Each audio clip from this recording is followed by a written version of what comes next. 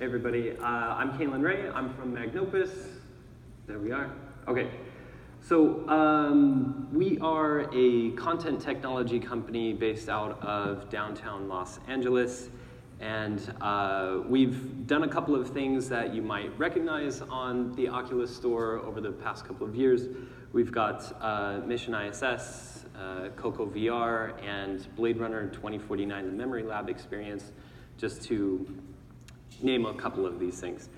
I'm going to approach this a little bit more from a design and sort of like the creative process of what goes into using hand tracking to create an immersive experience. But before I get too far, I want to make sure I can double down on some of the things that Robert and Mike have mentioned, specifically about immersion and onboarding.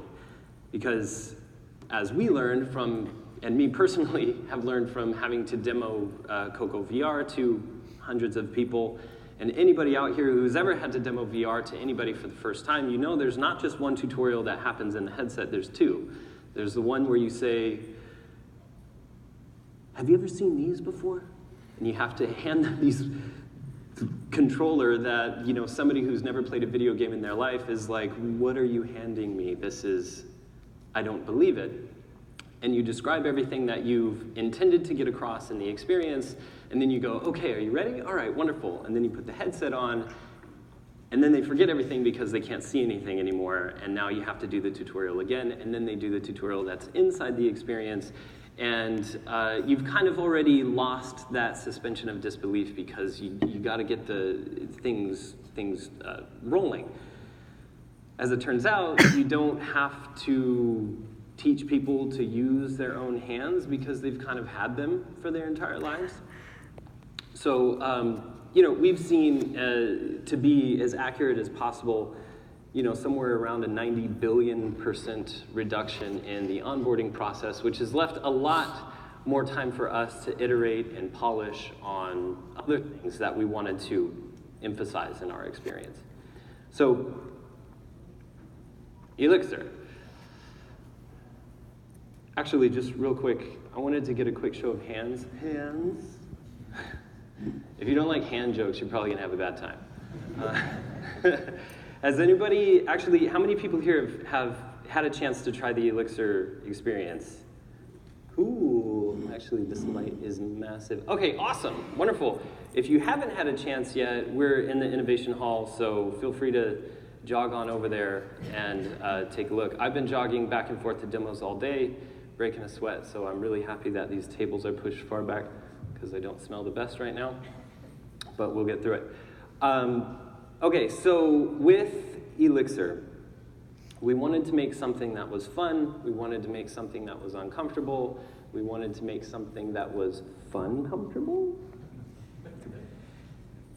Because we're using your hands to interact with this fantasy world in VR that's totally immersive, you know, you're closer to your digital twin, your virtual double, than you've ever been before. So we wanted to test that sort of symbiosis and see how far we can actually take it to, you know, provide a sense of aversion that is sort of appealing at the same time. We wanted to test that line of, okay, what would you totally not do with your real hands, but you're kind of open to trying with your virtual hands? And so a couple of these things that we tried out, you know, sticking your hands inside of a boiling cauldron of toxic goo so that you can transform your hands into a disgusting bubbly mess. And if you squeeze your hands, some of these wart bubbles will fly off and you can poke them with your other fingers and it has a very satisfying sound attached to it. Thank you. Or you can literally electrocute yourself and get some cosmic powers and harness the sort of tethers of the universe. Or you can light yourself on fire so you can make fireballs. And this is, I have 2 young children, and I just realized that this is terrible. I've made a terrible mistake. I'm gonna have to keep them away from this for a very long time. And second thought, like, maybe as a developer tool, we can set some kind of age restriction to like 45 or something. That made me feel a lot better. I could probably sleep at night. Also, just providing a version of your hands that is, objectively more disgusting than probably your current hands, you leathery, callous mess with disgusting fingernails where you can make a fist and shoot blades out of your knuckles like everybody obviously wants to do. Or chop 2 of them fingers off and turn you into a robot so that you can create electricity and strike yourself with lightning. So what we learned from swapping out all of your hands time and time again throughout the course of this experience, we noticed that every time you do that, the users kind of rediscover their hands for the first time, and they gain another new appreciation for this technology and the underlying interactivities that it's allowing us. So it feels like from a designer's standpoint or from a creator standpoint, a storyteller standpoint, every time you see that user take another look at their hands, it's almost like whatever is anchoring them down to reality, whatever is preventing them from suspending their disbelief, like little pieces of that is just chipping away each and every time because they're rediscovering this new input modality that is satisfying in a brand new way. Oops. Okay. Another one of our sort of more general design principles that we have at Magnopus is that you should never be alone in VR. And to sort of appropriate that idea to Elixir, we wanted to make sure that if you are in there and you are looking at your hands time and time again and studying them over and over again like a weirdo, that we provided ample opportunity to judge you while you're doing that. So there are plenty of eyeballs to hopefully make you feel a little bit more uncomfortable while that's happening. Let me give you a little preview for those of you who haven't had a chance to do the demo yet of some of the things that, some of these things happening in real time. So we've got this button here that is a dragon's belly. Aww. You poke it and he'll throw up into the cauldron. Eyeballs that are gonna follow your disgusting hands wherever they go. And of course that's a button too, so you gotta poke him in the eye, creating 3 more new buttons. Electrocute yourself, get that power of the cosmos going. And of course, sign your everlasting soul away in a non-disclosure agreement. Grab bugs, pop them, create disgusting warts and pop those too. And light yourself on fire, rock and roll.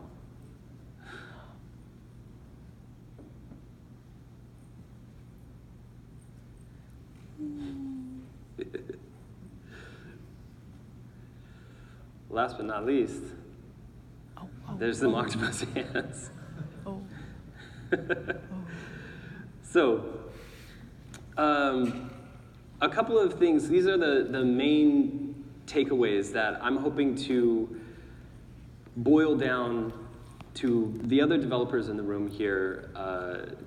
The 2 biggest things that I feel we've learned from using this technology very early, and that I hope to kind of impart to everyone else. And these 2 simple things that you can take and apply to your own creative process when you get back to your studios. The first one was mess with the mesh. So I feel a little bad because, of all the brilliant work that Rob and his team have done, and they provide this wonderful mesh, and then the very first thing we did was like, great, thank you. Just chucked it right out. Because what we wanted to do is we wanted to make sure that we could turn you into a robot. We can turn you into a demon, and we can do whatever we wanted with that hand and use the underlying data to drive it. That was critical to us.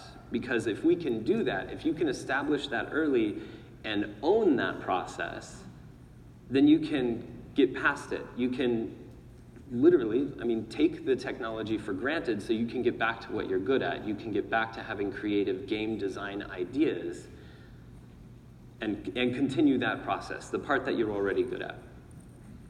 The second is, so mess with the mesh. That's the big thing that I wanted to take away. We did like 20 prototypes right off the bat and finally honed in on the 6 that we wanted to keep. And that process really made us discover what it is we wanted to give the audience throughout this experience.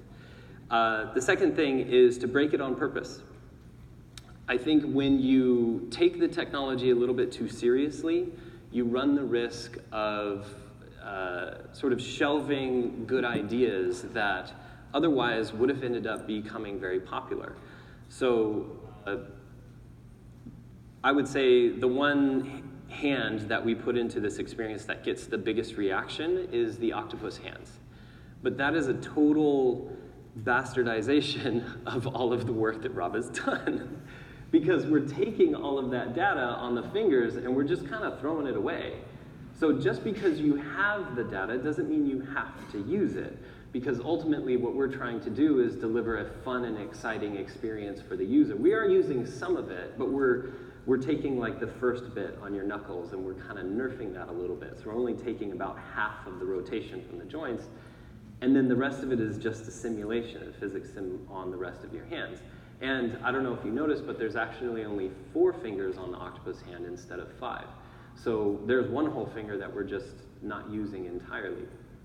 And it kind of goes against the whole idea of trying to, of what the purpose of having hands is in the first place, which is to kind of have this accuracy and this sense of yes, this is my hand and I am in control of this game object that's in the world. But if you take all that data and throw it away and now you have a wiggly octopus, you're not in control of it anymore and you can't do things with it that you would normally do, but it's delightful and the audience is smiling, and that's what we care about the most. Another one is, of course, the robot hand, where we really did just take 2 whole fingers and chuck that away. So I hope that's helpful for everybody. I'm really excited to see what else is out there, and I hope that if you do get a chance to do the Elixir demo, that you are inspired by it. Let us know what you think, and thank you. Thank you guys very much from Magnopus.